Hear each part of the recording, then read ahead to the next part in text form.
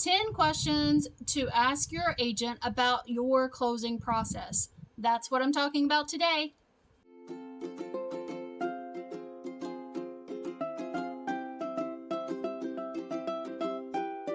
Hey friends, Mary Howard here with There Is No Place Like Home NC, Red Boots Realty, powered by eXp Realty. And on this channel, I provide educational content to help buyers and sellers while making a decision about buying and selling a home. Today, we are talking about some questions that you need to ask your agent about your closing process. You've made it through the whole home buying process. You found the home, you went through due diligence, you've been through the inspection process, you've made it through the underwriting, and now it kind of feels like there's nothing left for you to do. However, closing process is the most important thing, and there's still quite a few things to take into account. Here are a few questions you may want to ask to guide you along the way. First of all, who's going to be handling the closing? And the answer to this will be, in North Carolina, your real estate attorney. That information would have been decided back when you wrote the offer. In the standard offer to purchase and contract, it says your closing attorney will be blank. So if you have someone in mind for that, make sure you make that clear to your agent up front and provide that information as a part of your offer. If you don't have a preferred real estate attorney, your agent will be able to recommend a few. The second question is, where will the closing take place? And closings can take place in the office of your attorney. It can take place in your home or at your agent's office. And with COVID, there has been an increase of virtual transactions. Some closings are even taking place curbside, where mask-wearing homeowners get to sign all of their paperwork while sitting in their own car. Question 3, when will the closing take place?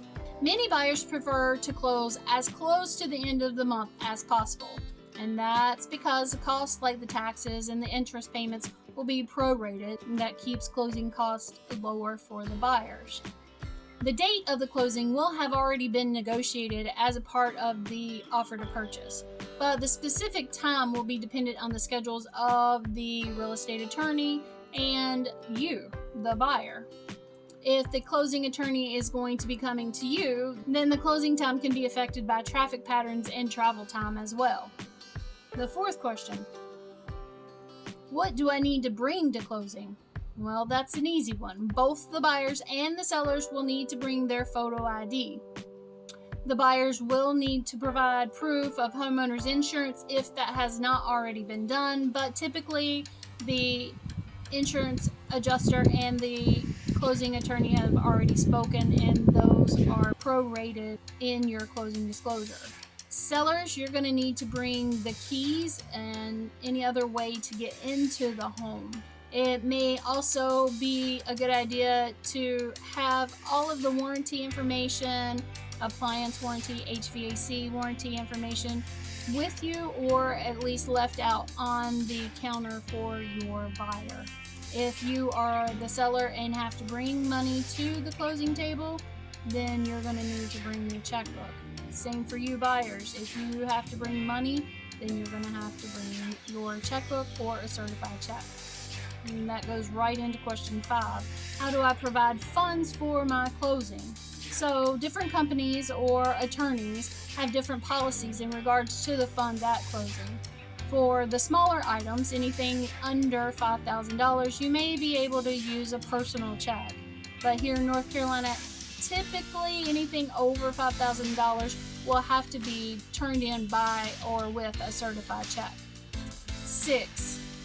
What is this strange email I got about closing? So let me tell you, real estate transactions are amongst the most frequent target for fraudulent activities, including wire fraud and identity theft. If you receive an email from someone asking you to provide or change the instructions for your wire transfer, reach out to your real estate agent immediately.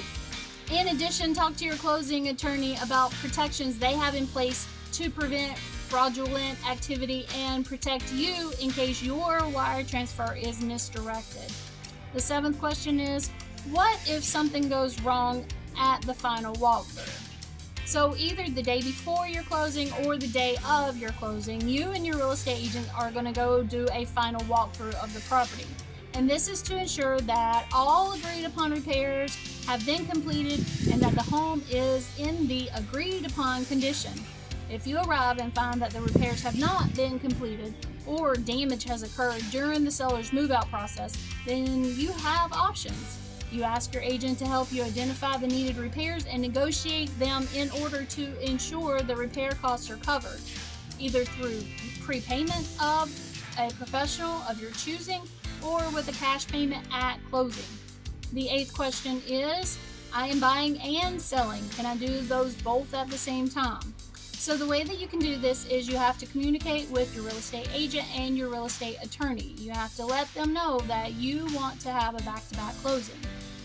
This type of closing, a simultaneous closing, can happen, but the logistics of it are complicated. If all goes well with every single thing in both transactions, you may be able to do both closings at the same time. However, in the event that one of the closings is delayed, it's a good idea to have a backup plan. So that means put away some money for a hotel room for a couple nights and make sure that your moving company can store your items safely if something does go sideways. The 9th question is, what if you can't attend closing? So if you can't attend your closing, you do have a couple of options. You could create a power of attorney, which would allow you a proxy to sign on your behalf. The real estate attorney will usually draw up this document for a small fee as a part of your closing cost. In some cases, you can do a mail-away closing. That would be signing these documents in the presence of a notary public, and then you overnight them back to your closing attorney. And either way, make sure that you communicate to your agent really early on in the process and make sure all of these are set up in advance. All right, the 10th question is, what should I do with the documents I receive at closing? And that's an easy one. Yeah, keep them somewhere safe, especially that closing disclosure, because it itemizes everything about the house and the fees that you've paid. And some of those fees may be tax deductible, so you'll want to keep them and turn them into your CPA when you file your taxes the next spring. All right, guys, those are the 10 questions that you're going to want to ask about your closing procedure. I really enjoy making these videos for you. If you have a future video suggestion, please leave that in the comments below. Take care. Thank you for watching this video. Click the link below to watch the next video. Don't forget to hit that icon bell to subscribe. This is Mary Howard with There Is No Place Like Home NC.